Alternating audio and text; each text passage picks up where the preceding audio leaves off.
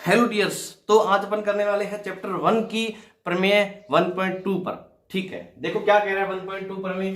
प्रमेय 1.2 क्या कह रही है, ध्यान देना। अंक गणित की आधारभूत प्रमेय, ये है अंक गणित की आधारभूत प्रमेय। आराम से समझना, बिल्कुल इजी है, बहुत सरल है। ठीक है, क्या कह रही है देखो, प्रत्येक भाज्य संख्या को, प्रत्येक भाज्य संख्या, अब भाज्य और अभाज्य, भाज्य और अभाज्य दो प्रकार की संख्याएं होती है, भाज्य और अभाज्य दो प्रकार की संख्याएं होती है। अगर किसी भी संख्या के दो टुकड़े कर दिए जा सकते हैं या दो संख्याओं के गुणनफल के रूप में लिखा जा सकता है, जैसे 6 है, 6 को 2 गुणा 3 के रूप में लिखा जा सकता है, तो 6 क्या है, एक भाज्य संख्या है। और जैसे 5 है, 5 को किसी भी संख्या के गुणा में नहीं लिखा जा सकता, ऐसे किसी भी दो संख्याओं के गुणा में नहीं लिखा जा सकता, इसलिए ये क्या है, अभाज्य संख्या है, खुद अभाज्य संख्या है। ठीक है, अब अगर अभाज्य संख्या हो, इसके केवल 1 और 5, मतलब 1 और खुद समय, कोई भी अभाज्य संख्या का 1 और समय के अलावा कोई गुणनखंड नहीं होता। लेकिन भाज्य संख्या के 1 तो होता ही है, लेकिन जैसे 6 के 2 भी है, 3 भी है, तो ये संख्याएं इसकी क्या गुणनखंड होती है। ठीक है, अब आगे बात कर लेते हैं। क्या कह रहा है कि प्रत्येक भाज्य संख्या को अभाज्य संख्याओं के एक गुणनफल के रूप में व्यक्त किया जा सकता है। ध्यान से समझें कि प्रत्येक भाज्य संख्या को अभाज्य संख्याओं की एक गुणनफल के रूप में व्यक्त किया जा सकता है क्या, अंकगणित की आधारभूत प्रमेय। जब अंकगणित की आधारभूत प्रमेय पढ़ रहे हैं तो पढ़ेंगे वही मामला कि सबसे आधार की बात पढ़ेंगे। आधार की बात यह है कि कोई भी भाज्य संख्या 6 मान लेते हैं, 15 मान लेते हैं, कोई भी 20 मान लेते हैं, उनको अभाज्य संख्याओं की एक गुणनफल के रूप में व्यक्त किया जा सकता है। जैसे 2 गुणा 3 के रूप में, 3 गुणा 5 के रूप में, और 2 गुणा 2 गुणा 5, 2 4 5 20, इस प्रकार से। अब ये 2 और 3, 3 और 5, 2 2 और 5, ये सारी की सारी क्या होगी, अभाज्य संख्याएं हैं। अब 6 भाज्य संख्या थी, क्योंकि इसका टुकड़े किया जा सकते हैं, इसको भाजित किया जा सकता है। 15 भी भाज्य संख्या थी, 20 भी भाज्य संख्या थी, इन सब के टुकड़े किए जा सकते हैं, तो इनको अभाज्य संख्याओं के गुणनफल के रूप में लिखा जा सकता है। ये तो सामान्य सी बात थी। तथा अब आगे बोल रहा है, तथा यह गुणनखंडन अभाज्य गुणनखंडों के आने वाले क्रम के बिना अद्वितीय होता है। ये जो गुणनखंड है, इसका ये गुणनखंड, इसका ये गुणनखंड, इसका ये गुणनखंड, क्रम अगर बदले ना, जैसे अब इसका क्रम बदल के 3 गुणा 2 भी लिख सकते हैं, तो ये दो स्थितियां बन जाएगी। लेकिन अगर क्रम की बात न करें, ठीक है, सीधा सीधा इसकी बात करें, बिना क्रम के बिना की बात करें, तो ये अद्वितीय होता है। इसके अलावा इसका कोई और अभाज्य गुणनखंड नहीं होता। ठीक है, अब क्रम की बात यह है कि क्रम बदल गया, 3 आगे आ गया, 2 पीछे आ गया, तो स्थिति तो बन जाती है कि नहीं। लेकिन जब बात करते हैं कि बिना क्रम के, तो 2 और 3, 2 3 का गुणा सिर्फ 6 आता है, और उसके अलावा 6 के कोई अभाज्य गुणनखंड नहीं है। ठीक है, ये तो थी हमारी प्रमेय 1.2 अंकगणित की आधारभूत प्रमेय, बहुत सरल है। अब अपन इस क्या करते हैं, इसके आधारित एक एग्जाम्पल करते हैं, उदाहरण करते हैं, जिसको भी 1.2 में एक एग्जाम्पल भी आएगा, वो भी करेंगे। लेकिन सबसे पहले इसका एक एग्जाम्पल करते हैं। देखो क्या करें, एग्जाम्पल नंबर 5 है हमारे पास। यहाँ पे संख्याओं 4 की n पर विचार कीजिए। 4 की पावर n है, कोई संख्याएं हैं, एक संख्या तो नहीं है। संख्याएं कैसे हैं, इस पे बात कर लेंगे। इस पर विचार कीजिए। तो पहले तो ये चेक कर लेते हैं भी संख्याएं कितनी है यहाँ पे, 1 2 4 5, कितनी भी संख्याएं। तो 4 की n, जहां n एक प्राकृत संख्या है। अब n का आपको पता है कि n एक प्राकृत संख्या है। प्राकृत संख्या मतलब जो भी n मतलब बराबर, अगर हमने प्राकृत संख्या, नेचुरल संख्या के बारे में पढ़ा था, 1 2 3 4 ऐसे डैश, ये सारी संख्याएं प्राकृत संख्याएं होती है। 1 से शुरू होकर अनंत तक जाने वाली सारी संख्याएं प्राकृत संख्याएं होती है। n एक प्राकृत संख्या है। अब n का मान अगर रखते जाए तो यहाँ पे इसका मान आ जाएगा संख्या का। तो सबसे पहले 4 की 1, n का मान 1 रखें तो 4 आ जाएगा। n का मान 2 रखें तो 16 आ जाएगा, n का मान 3 रखें तो 64 आ जाएगा। इसके बाद n की 4 भी होती है, 5 भी होती है, चलता जाएगा ऐसे। लेकिन हम अगर 3 संख्याओं पर विचार कर ले तो संख्या जो 3 है तो इसके बाद आगे भी आ जाएगी, अरबों सैकड़ों संख्याएं आ जाएगी, अनंत संख्याएं बन जाएगी, है ना। इन संख्याओं पर विचार करना है। इन संख्याओं पर क्या विचार करना है कि जांच कीजिए कि क्या n का कोई ऐसा मान है, क्या इस n का कोई ऐसा मान होगा कि कभी जिसके लिए 4 की पावर n अंक, कोई भी ये 4 की पावर n वाला अंक कोई भी आए, कभी भी ये अंक शून्य पर समाप्त होता है। कभी भी ऐसी संख्या, कोई ऐसा मान होगा n का जिससे ये 4 की पावर n वाला अंक, ये वाला अंक जो भी 4 की n वाला अंक निकलेगा यहाँ से, वो कभी शून्य पर समाप्त होगा। हमें ये पता करना है भी ये 4 की n की जब भी पावर बनाते जाएंगे 1 2 3 4 5 6 अनंत तक, कभी ऐसा मान आएगा क्या कि ये शून्य पर समाप्त हो, मतलब 0 पर एंड हो। जैसे 10 की 1 करते हैं तो 10 आ जाता है, 10 की 2 करते हैं तो 100 आ जाता है, ये शून्य पर समाप्त हो रहे हैं। उसी प्रकार से ये भी चेक करना है कि ये शून्य पर समाप्त होते हैं या नहीं। चलो अब बात कर लेते हैं सही तरीके से। हमें क्या करना है, n के लिए, किसी n के लिए पता करना है, किसी n के लिए, भाई इस n के लिए कोई पता करना है भी इसका मान है कि नहीं है, ठीक है। तो पहले क्या कर लेते हैं, ऐसे लिख देते हैं, मान लेते हैं कि हाँ भी ये शून्य पर समाप्त होती है। तो देखते हैं क्या होता है, सॉल्व करते हैं। देखो किसी n के लिए, ठीक है, संख्या 4n शून्य पर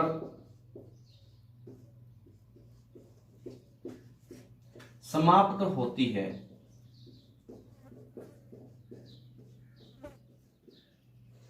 तो वह 5 से विभाज्य होगी।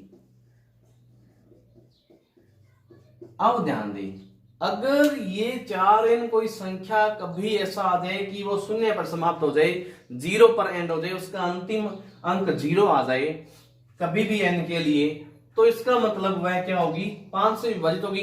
कोई भी दुनिया में संख्या जो भी है, जो कभी भी अगर 0 पर समाप्त होती है तो उसमें 5 का भाग हमेशा जाता है। जब भी हमें कभी भाग मिलता था बचपन में, तो हम जब भी देखते थे कि उसके पीछे अगर 0 लगा हुआ है तो इसका मतलब इसमें 5 का भाग पक्का जाएगा, ठीक है। इसका अर्थ क्या होता है कि यदि वह 5 से विभाज्य होगी तो अर्थात 4 की n का एक अभाज्य गुणनखंड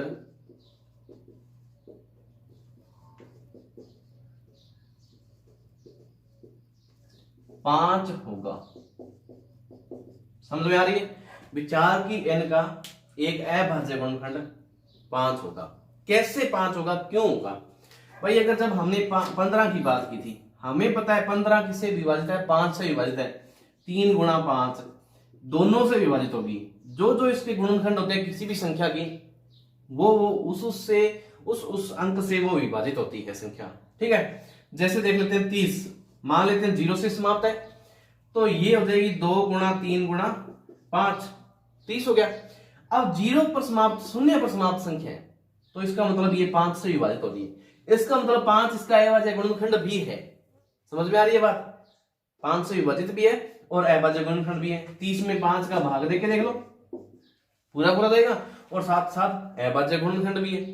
यही बात हम यहाँ पे लिख रहे हैं कि अगर 4n 0 पर समाप्त हो रही है तो वह 5 से विभाजित होगी। अगर विभाजित होगी तो इसका मतलब इसका अभाज्य गुणनखंड क्या है। अगर विभाजित होगी तो इसका मतलब क्या है कि इसका एक अभाज्य गुणनखंड 5 होगा। चलो बात कर लेते हैं आगे। अब बात करते हैं मेन। लेकिन क्या आ रहा है कि लेकिन 4 की n बराबर 2 की पावर 2n, 4 की n बराबर 2 की पावर 2n कैसे हुआ?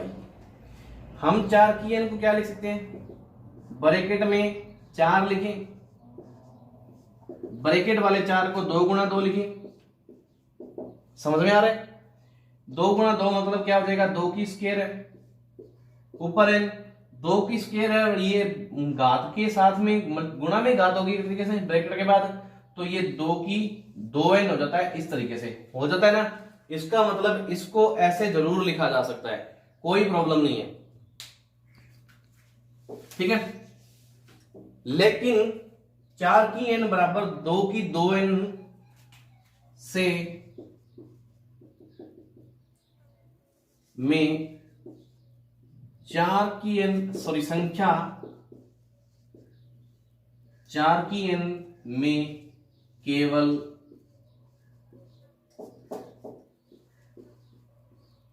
2 ही अभाज्य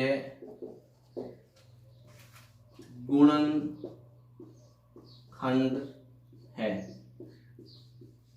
कहने का मतलब ये हो गया कि अगर 4 की n के हम अभाज्य गुणनखंडों के बारे में चर्चा करें, 4 की n के अभाज्य गुणनखंडों के बारे में अगर हम चर्चा करें तो हमें सिर्फ एक ही अभाज्य गुणनखंड मिलता है, वो है 2 के अलावा यहाँ पे कोई भी अभाज्य गुणनखंड नहीं है।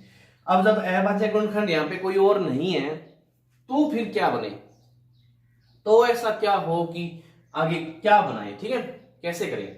अब बात आती है कि अंकगणित की आधारभूत प्रमेय हमें बोलती है कि इस 2 के अलावा, क्योंकि इसने बोला था कि प्रत्येक भाज्य संख्या को अभाज्य संख्याओं के गुणनखंड के रूप में व्यक्त किया जा सकता है, और साथ ही साथ तथा यह गुणनखंड अभाज्य गुणनखंडों की आने वाले क्रम के बिना अद्वितीय होता है। क्रम के बिना अद्वितीय होता है मतलब इसके अलावा इसका कोई गुणनखंड नहीं होगा, इसके अलावा कोई गुणनखंड नहीं होगा। जैसे 4 की पावर 1 थी वो 4 आया था, 4 की पावर 2 16 आया था, 4 की पावर 3 64 आया था, ऐसे आते जाएंगे।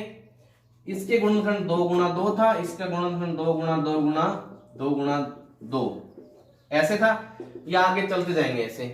इसके गुणनखंड 2 गुणा 2 गुणा 2 गुणा 2 गुणा 2 गुणा 2 बढ़ते जाएंगे, 2 की संख्या बढ़ती जाएगी, लेकिन इसके अलावा कोई भी अभाज्य गुणनखंड इसके अंदर नहीं आएगा। इसके अलावा इसके अभाज्य गुणनखंड में कोई भी संख्या नहीं आने वाली, ठीक है, कोई भी संख्या नहीं आने वाली। तब हम बात करते हैं कि जब इसमें कोई भी संख्या नहीं आएगी तो अंकगणित की आधारभूत प्रमेय की अद्वितीयता से, अंकगणित की आधारभूत प्रमेय की अद्वितीयता ये होती है कि इसके अलावा 2 के अलावा इसके अभाज्य कोई गुणनखंड होते ही नहीं है, ये अद्वितीय होते हैं। तो 2 के अलावा कोई भी से, दोबारा देख लेते हैं, संख्या 4 की पावर n की 2 के अलावा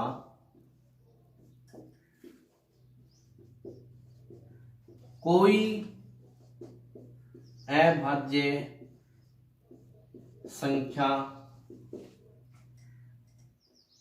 गुणनखंड नहीं होगी। अब 2 के अलावा कोई नहीं होगी, इसका मतलब 5 भी नहीं होगा। अतः 4 की n किसी भी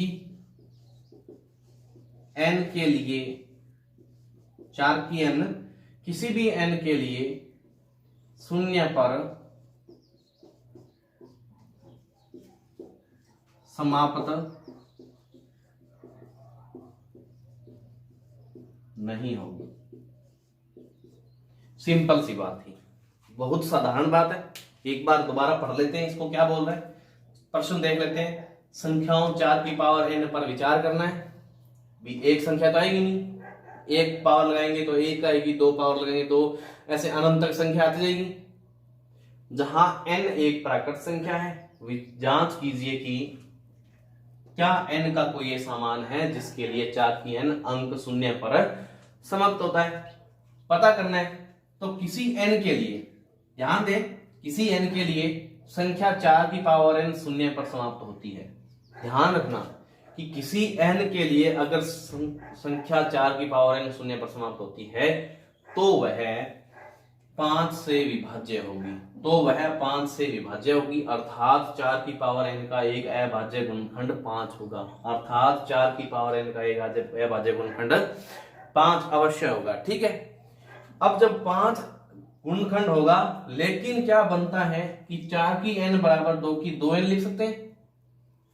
में संख्या 4n में केवल 2 ही अभाज्य गुणनखंड है, 2 ही, 2 के अलावा कोई अभाज्य गुणनखंड नहीं है।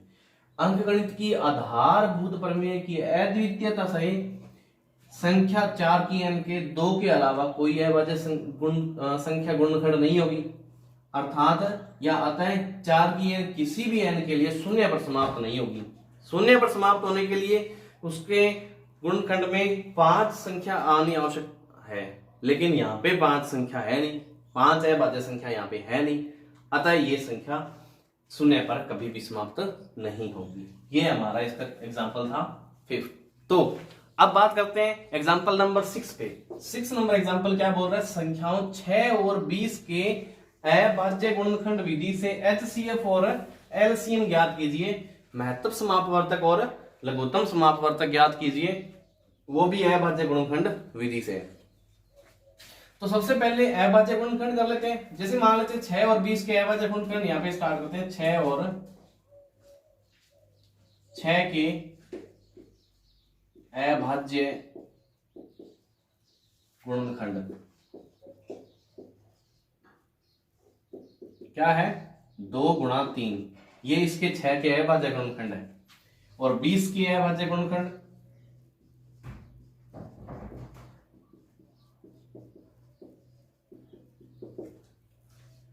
2 गुणा 2 गुणा 5, ठीक है, यानी कि 2 की पावर 2 और गुणा में 5, 2 2 बार है। ये इसके अभाज्य गुणनखंड आ गए। अभाज्य गुणनखंड विधि से करना है। पहले हमने HCF निकाला था, वो यूक्लिड विभाजन एल्गोरिथम से निकाला था। यूक्लिड विभाजन एल्गोरिथम आपको याद भी होगी, A बराबर BQ प्लस R, ठीक है। अब हमें निकालना है अभाज्य गुणनखंड विधि से। अभाज्य गुणनखंड विधि से भी आसान काफी है। तो अब HCF होता क्या है, HCF हाईएस्ट कॉमन फैक्टर होता है, ठीक है। तो हम निकालते हैं सबसे पहले HCF इसका 6 और 20 का। 6 और 20 का HCF निकालते हैं। सीधा सीधा याद रखने के लिए ये है कि जो भी इन दोनों में, इनके गुणनखंडों के, अभाज्य गुणनखंडों के दोनों में कॉमन संख्याएं होती है, उतना इसका HCF होता है। इसमें 2 और 3 है, इसमें 2 2 और 5 है, तो 2 और 2 कॉमन आ गया, तो एक बार जो 2 है वो इसका HCF होता है। कम से कम जैसे ये जितना कॉमन है उतना एक बार लेते हैं ये, या फिर जितनी कम घात होती है, इसकी 2 घात 2 बार है, इसकी 1 बार है, जो कम घात वाला कॉमन होता है वो यहाँ पे आता है। ये 3 वाला नहीं आएगा क्योंकि इसमें 3 नहीं है, यहाँ पे 5 वाला नहीं आएगा क्योंकि इसमें 5 नहीं है, ठीक है। ये HCF हो गया। और सीधा सीधा LCM निकाले तो LCM क्या होता है, LCM 6 और 20 का क्या निकलेगा, LCM अधिकतम घात होती है, तो 2 की अधिकतम घात 2, इसमें न्यूनतम वाली घात जो कॉमन होते हैं, इसमें अधिकतम घात कोई सी भी सारी की सारी आ जाएगी, और 3 और ये 5, ये इसका HCF हो जाएगा। क्या बनेगा यहां से LCM, सॉरी, 2 2 दूनी 4 3 12, सॉरी 2 दूनी 4 और 3 और गुणा 5, 4 3 12 5 60, इसका क्या हो जाएगा LCM हो जाएगा, ये रहेगा आंसर। इस प्रकार से ये एग्जांपल था 6 नंबर। अब अपन बात करते हैं साथ ही साथ एग्जांपल नंबर 7 पे। क्या बोल रहा है एग्जांपल नंबर 7, ध्यान से समझना, ठीक है, लिख लेते हैं साथ ही साथ में। इसमें भी बात कर रहे हैं अभाज्य गुणनखंड विधि द्वारा 96 और 404 का HCF ज्ञात कीजिए। अभाज्य गुणनखंड द्वारा 96 और 404 का HCF ज्ञात कीजिए और फिर इसका LCM भी ज्ञात कीजिए। प्रश्न आपने अपनी बुक में भी पढ़ा होगा, लेकिन अब सीधा लिख लेता हूं मैं एग्जांपल नंबर 7। 96 और 404 का हमें निकालना है क्या, HCF। 96 और 404 का हमें क्या निकालना है, HCF, और साथ ही साथ हमें निकालना है LCM भी। ठीक है, चलो बात करते हैं। अब सबसे पहले 96 के अभाज्य गुणनखंड निकालते हैं। 96 के अभाज्य गुणनखंड, 96 के अभाज्य गुणनखंड कैसे निकलेंगे? 96 के अभाज्य गुणनखंड, 96 के अभाज्य देखो 24 चौक 96 होता है, 24 चौक 96 होता है, ये हमें पता है। ठीक है, 12 दूनी 24 होता है और 4 आ जाएगा। 2 गुणा में 2 गुणा 6 होता है और ये लास्ट वाला 4 आ जाएगा। टुकड़े करने के तरीके यही होते हैं, नॉर्मल तरीके से टुकड़े करें। 2 गुणा 2 और 6 के फिर 2 गुणा 3 और ये 4 के 2 गुणा 2 मान लेते हैं अलग से, ऐसे। तो टोटल 2 कितने हो गए, 1 2 3 4 5। तो 2 की पावर कितनी हो जाएगी टोटल, 5, और 3 की पावर कितनी हो जाएगी, 1। इस प्रकार से इसके अभाज्य गुणनखंड आ जाएंगे। चलो आगे बात करते हैं। इसी प्रकार से 404 के, यहां से सॉल्यूशन स्टार्ट करना है, आपको यही काम करना है सीधा सीधा। 404 के अभाज्य गुणनखंड, ठीक है। 404 में देखो, 404 में 2 का भाग दें, जैसे 2 गुणा 202 आ जाएगा, सिंपल सी बात है।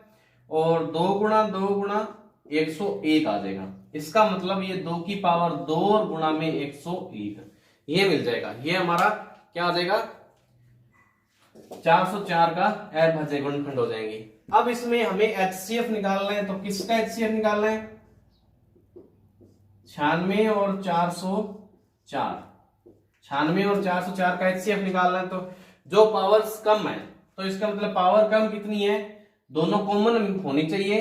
पावर दोनों कॉमन, दोनों की, जैसे 2 की पावर 5 है, 2 की पावर 2 है, तो 2 की पावर 2 दोनों में नहीं है, 3 की पावर 1 नहीं है, इसमें 101 की पावर नहीं कुछ भी।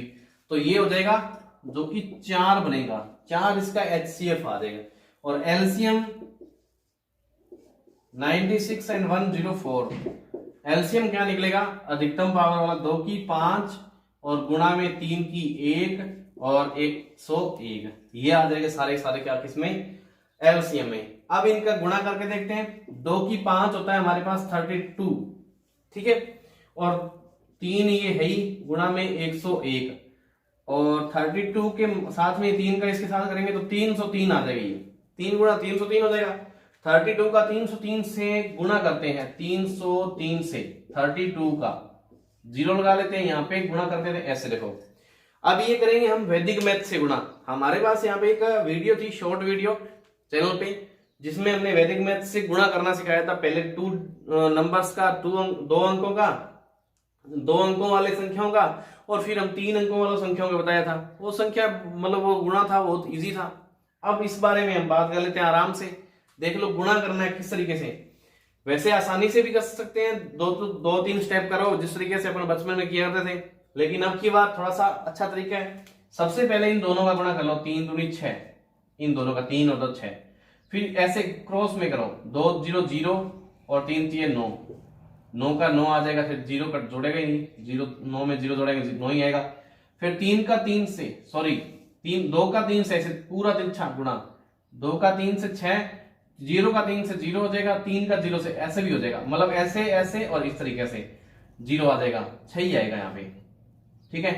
फिर इसके बाद बात करते हैं इनका, 3 का 3 से 9 और लास्ट में इन दोनों का करेंगे तो 0 आ जाएगा। तो 96 क्या हो जाएगा, इसका गुणा हो जाएगा, आंसर क्या बनेगा 96 इसका क्या हो जाएगा, HCF है, ये इसका आंसर रहेगा। कितना आसान एग्जाम्पल था, कितना सिंपल था, इस तरीके से। अब एक और एग्जाम्पल है हमारे पास, 8वां नंबर एग्जाम्पल नंबर 8 क्या कह रहे हैं, पढ़ लेता हूं एग्जाम्पल, साथ साथ में आप अपने बुक में भी देखें। एग्जाम्पल नंबर 8 बोल रहा है कि संख्याओं 6, 72 और 120 का अभाज्य गुणनखंड विधि द्वारा HCF और LCM ज्ञात कीजिए। सिंपल बात है, 6, 72 और 120 का अभाज्य गुणनखंड विधि द्वारा LCM ज्ञात कीजिए। सिंपल तरीके से ज्ञात कर देंगे। अभी देखो HCF और LCM दोनों ही ज्ञात करने हैं हमें।